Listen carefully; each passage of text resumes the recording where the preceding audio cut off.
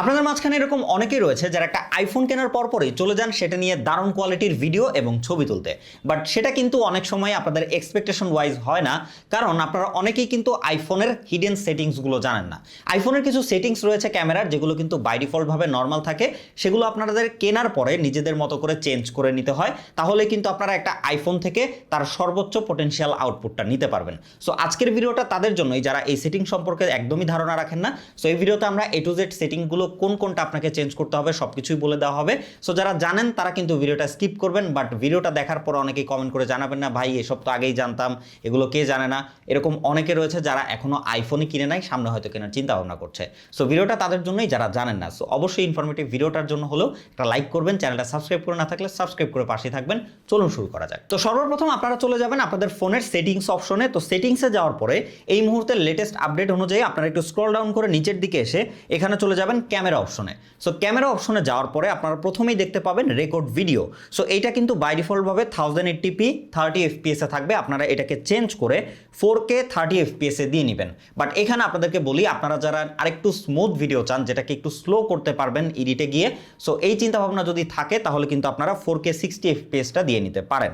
So এরপর একটু scroll down করে নিচের দিকে চলে যাবেন। নিচের দিকে যাওয়ার পরে এখানে আপনারা HDR ভিডিও দেখতে পাচ্ছেন, এটা ইনেবল রাখবেন যদি আপনারা মোবাইল দিয়েই এডিট করেন। আদারওয়াইজ অনেকেই রয়েছেন যারা প্রিমিয়ার প্রো বা এরকম এডিটিং সফটওয়্যার দিয়ে কম্পিউটার এডিট করেন, তাদের জন্য বলবো HDR অপশনটা অফ রাখবেন। তাহলে কিন্তু আপনার এই ফুটেজগুলো যখন আপনারা কম্পিউটারে নিয়ে এডিট করবেন তখন কিন্তু ফুটেজ জ্বলে যাবে না। বাট আপনারা যদি HDR অন রেখে ভিডিও করে সেটা কম্পিউটারে নেন তাহলে দেখবেন যে একেবারে কিন্তু জ্বলে ঝলসে গেছে। সো এরপরে আপনারা এখানে অটো FPS এটাকে আপনারা 30 এবং 60 দিয়ে রাখতে পারেন। এরপরে আপনারা এখানে শো পাল ফরম্যাটস এইটা দেখতে পাচ্ছেন।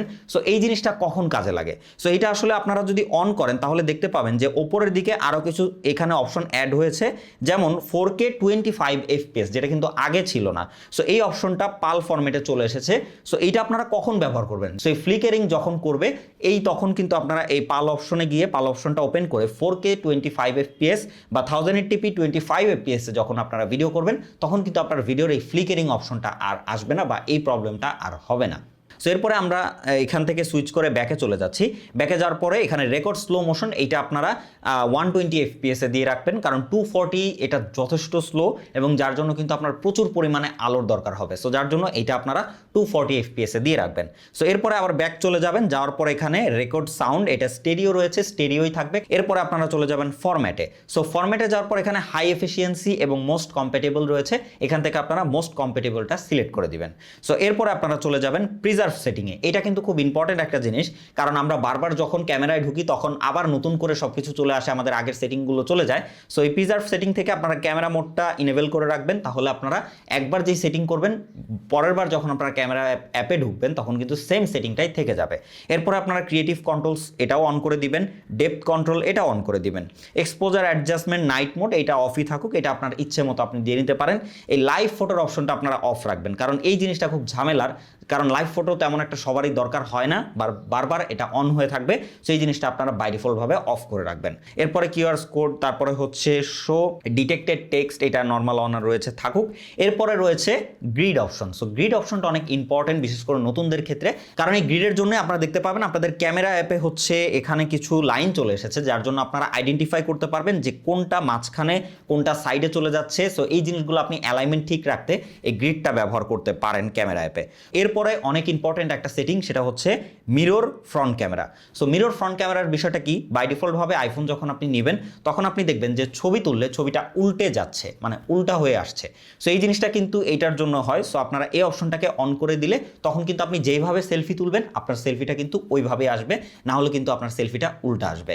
এরপরে হচ্ছে বাকি অপশনগুলো নর্মালি থাকবে। ফটোগ্রাফিক স্টাইল, এখনকার নতুন আপডেটে কিন্তু আপনারা ফটোগ্রাফি স্টাইলটা চেঞ্জ করে ফেলতে পারবেন ফিল্টারের মতো। আগে যেটা ফিল্টার ছিল ভিভিড ছিল, সো এইটা আপনারা রাখতে পারেন। এছাড়া ভাইব্রেন্ট রাখতে পারেন, যেটাকে আমরা ভিভিড ফিল্টার বলি আইফোনের। সো এবার কিন্তু আপডেট হয়ে নতুনভাবে এসেছে। এছাড়াও কিন্তু আপনারা ওয়ার্ম স্টাইলেও রাখতে পারেন এবং আপনারা কুল টোনেও রাখতে পারেন। সো এইভাবে কিন্তু আপনারা বেশ কিছু স্টাইল এখানে পাবেন, যেগুলো আপনারা আবার ক্যামেরা অ্যাপের মধ্যে থেকেও কিন্তু চেঞ্জ করার সুযোগ পাবেন। সো এইভাবে আমরা ইউজ স্ট্যান্ডার্ড রাখছি।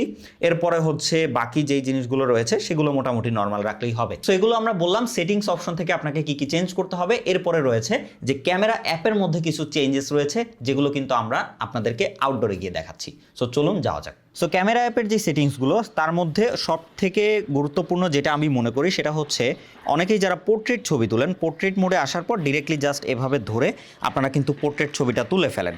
বাট বিষয়টা কিন্তু তা না। অনেকেই রয়েছেন পোর্ট্রেট ছবি তোলার পরে মনে করেন যে ব্যাকগ্রাউন্ড ব্লারটা যদি আরেকটু বেশি হতো তাহলে হয়তো ভালো হতো। সো তাদের জন্য আপনারা চলে যাবেন এই ওপরের অপশনটাতে, এখানে ক্লিক করার পর এখানে আপনারা দেখতে পাচ্ছেন অ্যাপাচার নামে হচ্ছে একটা অপশন রয়েছে। সো এখানে বাই ডিফল্টভাবে কিন্তু অ্যাপাচার 2.8-এ থাকবে। সো এইটা আপনারা যত কমাবেন 1.4 পর্যন্ত যাবে তাহলে কিন্তু আপনার তত ব্লার হবে ব্যাকগ্রাউন্ড। সো আপনি দেখতেই পাচ্ছেন আমরা যদি এখানে এখন বাড়িয়ে দিই এটাকে, সো বাড়িয়ে দিলে কিন্তু ব্যাকগ্রাউন্ডটা টোটালি নর্মাল হয়ে যাচ্ছে। সো এটা 16 পর্যন্ত রয়েছে। সো এফটাপকে আপনারা যত কমে রাখবেন 1.4 তত কিন্তু ব্লার হবে। সো আমরা একটা ছবি তুলছি, আপনারা একটু দেখেন। সো এই যে 1.4-এ আমরা একটা ছবি তুললাম, তো এবং হচ্ছে আমরা একটা হচ্ছে 4 বা আমরা হচ্ছে F5-এ একটা ছবি তুলি। সো দুইটার তফাৎ আপনারা বুঝতে পারবেন অ্যাকচুয়ালি।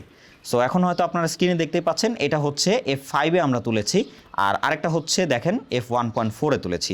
সো দুইটার ব্লারটা আসলে কতটুকু চেঞ্জেস সেটা হয়তো আপনারা এই ছবিটা দেখেই বুঝতে পারছেন। সো এইভাবে কিন্তু আপনারা অ্যাপাচারটাকে কমিয়ে বাড়িয়ে আপনার দরকার মতো আপনি ব্যাকগ্রাউন্ড ব্লার করতে পারবেন। আদারওয়াইজ আপনারা হচ্ছে এখান থেকে সিনেমাটিক মোডে গেলে, সিনেমাটিক মোডে অলওয়েজ আপনারা আপনাদের ফোনের সর্বোচ্চ যেই সেটিংটা সেই সেটিংটা ব্যবহার করার ট্রাই করবেন। যেমন এই আইফোন 13-এর বেস ভেরিয়েন্টে আপনারা সর্বোচ্চ HD বা 1080p 30 fps এই সিনেমাটিক মোডে ভিডিও করতে পারবেন। তাছাড়াও আপনারা চাইলে এখান থেকে ম্যানুয়ালি কিন্তু নিজেদের মতো চেঞ্জ করতে পারেন। এছাড়াও কিন্তু আপনারা ভিডিও মোডে গেলে এখানেও কিন্তু আপনারা 4K 30 থেকে শুরু করে 4K 60 পর্যন্ত আপনারা চেঞ্জ করে নিতে পারেন যদি আপনার বেশি স্মুথনেস দরকার হয়। সো গাইজ, ভিডিওটা যদি আপনার কাছে ইনফরমেটিভ মনে হয়, এরকমই ইনফরমেটিভ ভিডিও পেতে অথবা যে কোনো গ্যাজেট এবং ফোন রিলেটেড ভিডিও পেতে চ্যানেলটা সাবস্ক্রাইব করবেন, ভিডিওতে একটা লাইক করবেন এবং আপনার মনের মতামত কমেন্টে জানাবেন। খোদা হাফেজ।